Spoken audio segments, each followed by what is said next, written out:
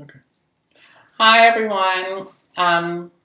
Adam is the shadow and the arm reaching in. So, I got a question from someone who said that they understand that House Bill 2 is the bathroom law, but that they know that there's other provisions and they get questions about it, but they don't actually understand what it is.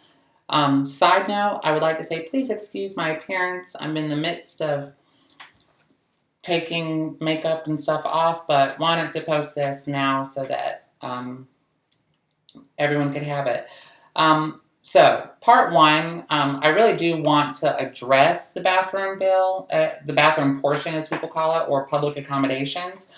Single sex, multiple occupancy bathroom and changing facilities. By the way, if any of you are wondering, HB2, I have my own personal copies of it that I carry around with me in case I get questions, because I get them a lot. So, the problem is that it says that no person may access a facility in a public facility that is regulated by the government, by the North Carolina government. So that is things like rest stops, airports, legislative building, DMV, etc.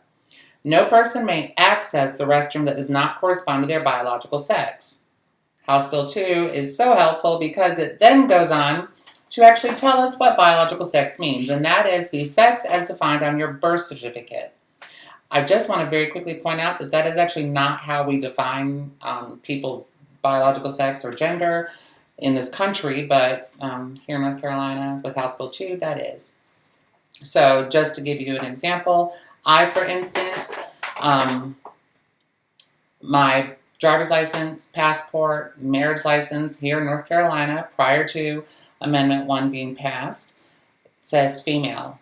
But my birth certificate, which is from New York State, says male, even though I've undergone sexual reassignment surgery. So based on the law here in North Carolina, I have to use the men's restroom. Y'all think that's going to happen? Yeah. All right. So the other parts. The statewide consistency in laws related to employment and contracting. That part, which is part 2, is not super duper offensive if you just take it for what it says until you really think about it. So the problem is that no local government, so Wake County, for instance, because they receive some of their funding from the General Assembly, they are not completely self-sufficient of whomever. And this, we're just using this as an example. But no one may increase the wages above what the state sets as a minimum wage. No one may require special accommodations as a condition for bidding if they are contracting work out. What I find interesting about part 2, and this is the part that's bad for me. First of all, it states, and I'm going to give this to you verbatim. The General Assembly declares that the general welfare of the state requires the enactment of this law under the police power of the state. Republicans, just want to point that out. For those of you that don't understand one of the many basic things of our GOP, our Republicans, by the way, GOP, for those of you that don't know, stands for Good Old Party. But Grand Old Party, Good Old Party. Either way, it sounds stupid. Thank you, Adam, for correcting me. But it's interesting because Republicans believe that less government is better, so government should not be meddling in people's business, and yet they're enacting this for police power. But then it says that the General Assembly shall have no jurisdiction in telling local governments and jurisdictions, or shall not have jurisdiction in local governments and tell them what to do, except that they can't raise in wages and such. Economic development incentives awarded under Chapter 1, blah, blah, blah, blah, which is all through the General Assembly. So pretty much, if you work for a local government in the state of North Carolina, you're not going to get anything in terms of compensation unless the state says that you are.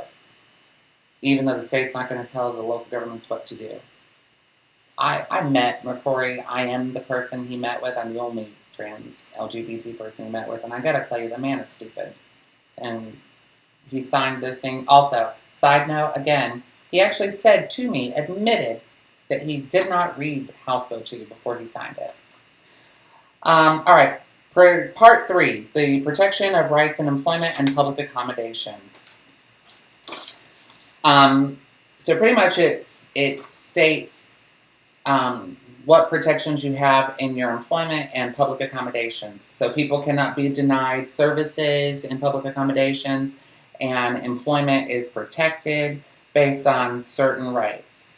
Prior to House Bill 2, the general rule that is accepted of what those public accommodations are is race, gender, national origin, religion, and sex.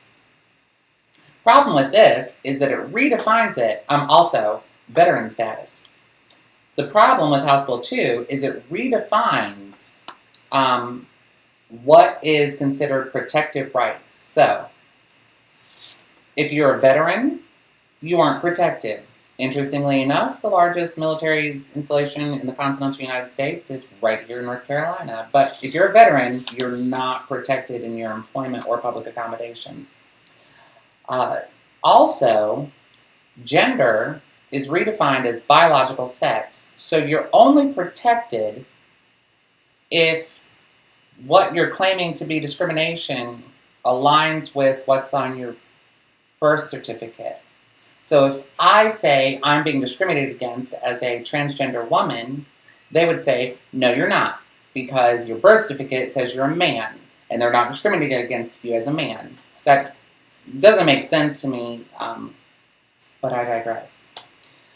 Also, it says that any claims of discrimination based on biological sex, in terms of being denied access to public restroom facilities, changing facilities, locker rooms, that is not discrimination. It actually says that. It says that if you were denied for whatever reason to use a locker room, so let's say I go to the airport and I walk in the women's restroom and they call the RDU police and the police go in there and they bring me out in handcuffs in front of everyone and I miss my flight and I get arrested and a charge and everything, I have not been discriminated against. Also, if I do think I've been discriminated against in employment, public accommodations, even for something that is protected, say age, I cannot bring a civil act against. So it means I can't go to court. Instead, I have to go to the Human Relations Commission with the Department of Administration, and they will investigate whether or not I've been discriminated against for something that they now cover. So yeah, it's just a little messed up, a little complicated. Finally, the last part of it is the effective date and the superseding. So House Bill 2 states that it supersedes any laws that the state had that this covers, any local government things that this sort of kind of covers. It says that no one can pass anything that is above this. So the city of Raleigh cannot pass more protective rights for people, so they can't put veteran status back in there because it's not in here with the General Assembly. And the effective date is in the General Assembly, read 3 times, ratified 23, day of March 2016. They implemented this thing immediately. Here's what's really good. We're all the way at the end. Nowhere in it does it state how any of these things will be policed, how they'll be enforced, what is the penalty for it. There's also 0 accommodations or acknowledgement of any rights that would be given to transgender people or any member of LGBTQ or veterans. So essentially, House Bill 2 says if you're a veteran and you're denied access, you're screwed. If someone says they won't hire you because you're a veteran and you're old, you're screwed. Also, the protective rights are only for places that employ 15 people or more. Just random throw in there. If you're transgender and your birth certificate's not changed, regardless of what you've had done, regardless of what any other documentation says, you are, in the eyes of the law of the state of North Carolina, seen as the gender that corresponds with your birth certificate. So once again, just to clarify, and we're going to be a little blunt here, I have breast, I have a vagina, I am married to a cisgendered heterosexual man, but I'm a man. In the eyes of House Bill 2, some of the Republican leadership in this state, and a lot of rednecks. So, and then our government, our local governments cannot do anything to make life a little bit easier for their employees if the General Assembly does not deem that to be appropriate. So there is a very crude, rudimentary, short explanation of what House Bill 2 is. Please send in questions. I'm sorry that I'm so tired right now and caught off guard dealing with the NBA stuff and right now the RNC, and today is Trump's official accepting the nomination for the presidency of the United States for the Republican Party. So I'm just a little harebrained and hectic, but please send in more questions that you want me to talk about. I try to be an open book, and usually I'm a lot more animated and entertaining than this, and believe it or not, on camera I try to talk a little bit more succinct. So thank you guys, thank you for the question, and everyone have a really great night and a good weekend, and stay cool this week. It's supposed to be almost 100 degrees in the triangle. Bye.